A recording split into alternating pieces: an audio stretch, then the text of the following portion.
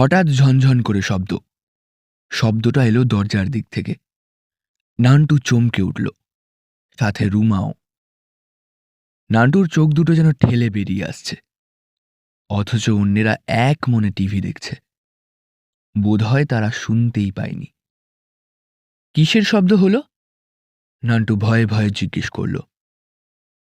সবাইকে স্বাগত জানাই সুমন গল্পকথক চ্যানেলের আরও একটি নতুন গল্পের আসরে।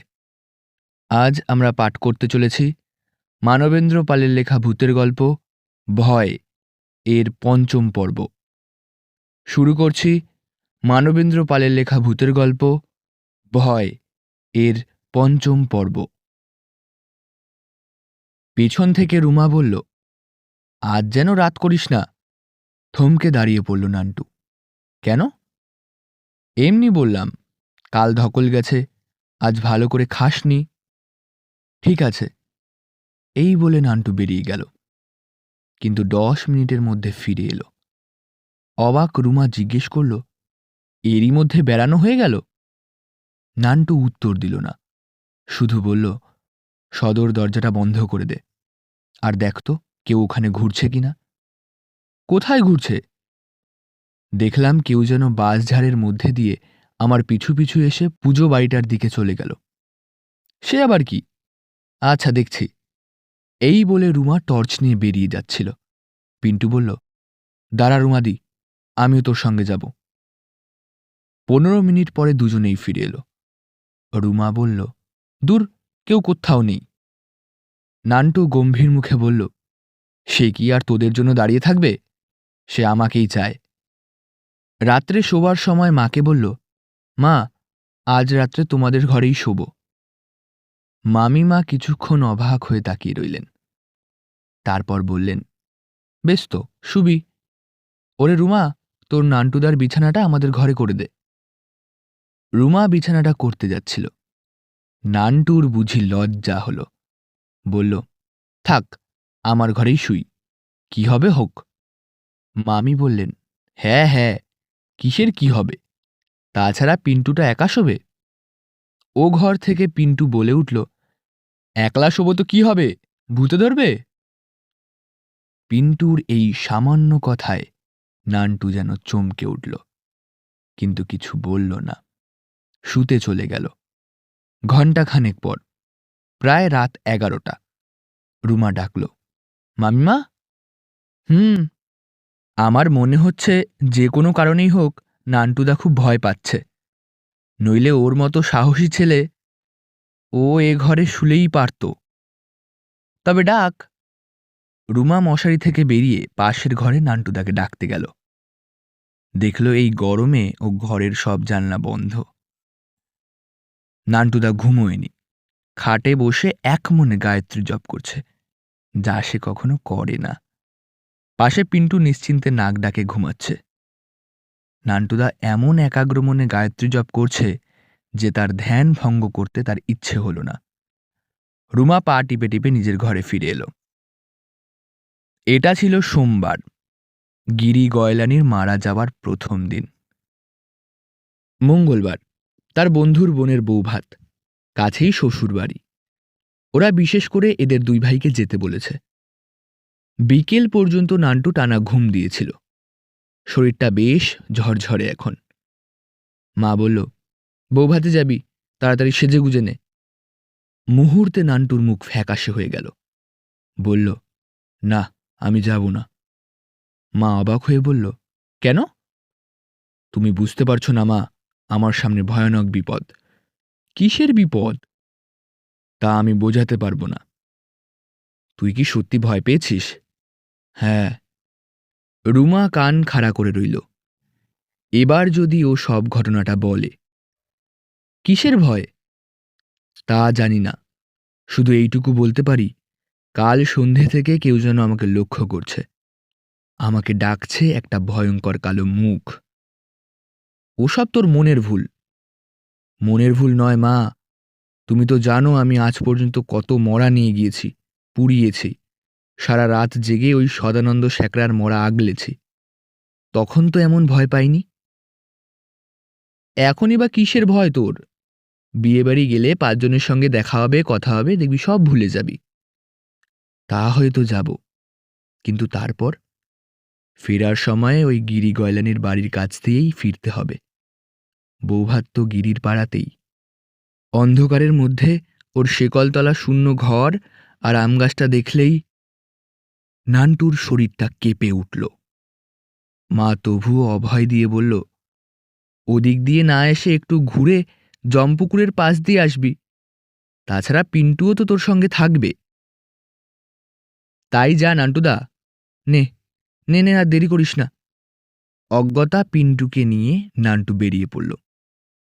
রাত প্রায় 11টা। দুই ভাই নির্জন রাস্তা দিয়ে হনহন করে আসছে। পাশেই জমপুকুর, গভীর কালো জল। নান্টুর মনে হল, পুকুরটার ওই রকম বিশ্রী নাম রাখা হলো কেন? অদ্ভুত ব্যাপার।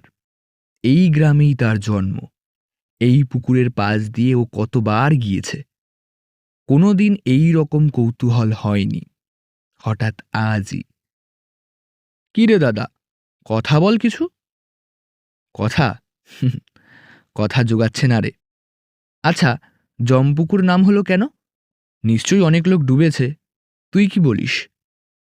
হতে পারে, অপঘাতে মৃত্যু তো। তাছাড়া কি? নান্টু চুপ করে হাঁটতে লাগলো। তারপরই হাঁটার বেগ বাড়িয়ে দিল। কিরে দাদা, অমন করে ছুটছিস কেন? গন্ধ পাচ্ছিস না? একটা মানুষ পোড়ার চিমসে গন্ধ।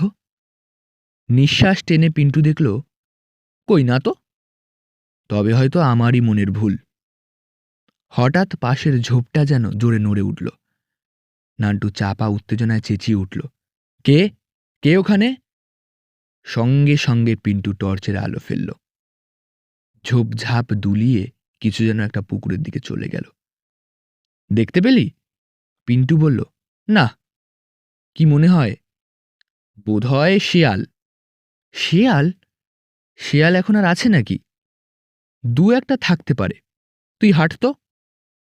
সারা পথ আর কেউ কথা বলেনি। বাড়ি যখন পৌঁছল তখন রাত 12টা বাজে। বুধবার। আজ সকাল থেকেই আকাশ মেঘাচ্ছন্ন। একটা শো শো করে বাতাস ক্রুদ্ধ অপদেবতার নিঃশ্বাসের মতো বাঁশঝাড়ের পাতা কাঁপিয়ে দপাদপি করছে। ঘুম থেকে উঠল নান্টু, বেজার মুখ। চা খেল, কিন্তু কারো সঙ্গেই কথা বলছিল না। সবাই ঘরে বসেছিল।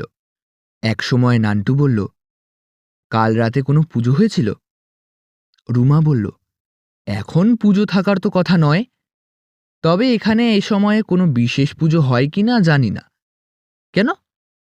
নান্টু বলল, কাল অনেক রাতে ঢাকের শব্দ পাচ্ছিলাম। অনেকগুলো ঢাক বাজছিল, ঠিক যেন বলিদানের বাজনা। নান্টুর মা ধমক দিয়ে বলল, তুই ওঠ তো, বুড়োদের মতো সকাল থেকে দেওয়ালে ঠ্যাস দিয়ে বসে ঢাকের শব্দ শুনছে। নান্টু উঠল না, কেমন অন্যমনস্ক হয়ে তাকিয়ে রইল সেই পুজো বাড়ির দিকে। অস্বাভাবিক আতঙ্কে ভরা চোখ। রুমা বলল, নান্টুদা, তুই একটু ওপারায় যা, আজ হাটবার, কিছু বাজার কোণে আনতো। ধুর বাজার, তোরা যাস। এই বলেই মাটিতে শুয়ে পড়ল। এই একটা জিনিস রুমা লক্ষ্য করছে, আজ নান্টুদা খুবই অন্যমনস্ক। সবসময়েই কি যেন ভাবছে আর যেখানে সেখানে শুয়ে পড়ছে। মামিমা অধৈর্য হয়ে বললেন, তোর কি হয়েছে বলতো? কি ভাবছিস? ওরকম ঢিস ঢিস করে শুয়ে পড়ছিস কেন? সে কথার উত্তর না দিয়ে নান্টু যেন আপন মনেই বলল, অপঘাতে মৃত্যু, 3 দিন হলো, আজ ওর ঘাট। তাই নিয়ে তোর ভাববার কি আছে? তারও কোনো উত্তর না দিয়ে নান্টু বলতে লাগল, গভীর রাত, নির্জন রাস্তা, একটা গাড়ি ছুটছে, সামনেই একটা লম্বা মতো লোক রাস্তার ঠিক মাঝখান দিয়ে হাঁটছে। পাশেও সরে যায়নি, তাকে দেখা গেল না। তারপরেই একটা মুমূর্ষ রুগী কটমট করে তাকালো, 2 হাত দিয়ে গলাটা টিপে ধরল। বলেই নান্টু ধর্মর করে উঠে পড়ল। কেউ কড়া নাড়ছে না? রুমা বলল, তুই বস, আমি দেখছি। ভালো করে দেখে খুলবি। এই বলেই সে এক ছুটে ঘরে গিয়ে ঢুকল, যেন লুকোতে চাইল। দরজা খুলে রুমা দেখল নান্টুর দুই বন্ধু। তারা জিজ্ঞেস করল, নান্টু কোথায়? রুমা ইতস্তত করে বলল, ঘরে আছে, শরীর ভালো নেই। কেন? ওর আবার কি হলো? বলতে বলতে ওরা ঘরে ঢুকে পড়ল। জানিস নান্টু, তাজ্জব ব্যাপার, আজ সকালে দেখলাম গিরি গয়লানির ঘরের সামনে ভিড়। তার অত সাধের আম গাছটার একটা শক্ত ডাল ভেঙে পড়েছে। কি করে ভাঙল কে জানে, কাল তো ঝড়ও হয়নি। অন্য বন্ধুটি বলল, আরও অবাক কাণ্ড, ওর ঘরে শেকল তোলা ছিল, দেখা গেল দরজাটা হাট করে খোলা। নান্টুর ভয়ার্ত উদ্ভ্রান্ত চোখের দিকে তাকিয়ে রুমা তাড়াতাড়ি বলল, ও কিছু নয়, চোর টোর ঢুকেছিল। চোর? বন্ধুরা বলে উঠল। ওর ছিল কি যে চোর চুরি করতে ঢুকবে? তাছাড়া গিরির জিনিস চুরি করে কেউ রেহাই পাবে মনে করেছ? পেতনি হয়ে ঘাড় মটকাবে। যার ওপর ওর একবার রাগ হবে, মরেও তাকে রেহাই দেবে না। বেরোবি নাকি? নান্টু মাথা নাড়ল, না, শরীর খারাপ। ওরা চলে গেল। দুপুরে খেয়ে দিয়ে নান্টু টেনে ঘুমোল। এমন নিশ্চিন্ত ঘুমোল যেন তার মনে আর ভয় নেই। বিকেলবেলা প্যান্ট আর হাওয়াই শার্টটা পরল। নান্টুর মা খুশি হয়ে বলল, বেরোচ্ছিস? হ্যাঁ, দেখি কি হয়। হওয়া হইর আবার কি, যা ঘুরে আয়। রুমা বলল, আমিও যাব? না, তুই আর কতদিন পাহারা দিবি? পাহারা দিয়েও কি আমায় ধরে রাখতে পারবি? বলেই বেরিয়ে গেল, কিন্তু 15 মিনিটের মধ্যেই ফিরে এলো। কি রে, এর মধ্যেই ফিরে এলি? নান্টু উত্তর দিল না। রুমা জিজ্ঞেস করল, কতদূর গিয়েছিলি? এদিক থেকে ওদিক। মানে? একদিকে বাঁশঝাড়, অন্যদিকে দত্তদের পুজো দালান, দুটোই দেখলাম। হঠাৎ কি দেখতে গিয়েছিলি? আমার বিপদটা কোন দিক থেকে আসবে, সেই রাস্তার ওপর অশরীরী মানুষটা আমায় বুঝিয়ে দিয়েছিল গিরি বাঁচবে না। ঠিক তখনই গিরি আমার গলা টিপে মারতে চেয়েছিল। তার অর্থ ওর হাতেই আমার মৃত্যু আছে। কাল রাত্রিরে পুজো দালানে বলির বাজনা আমায় জানিয়ে দিল আমার মাথার ওপর খাড়া ঝুলছে। নান্টুর মার মুখ শুকিয়ে গেল।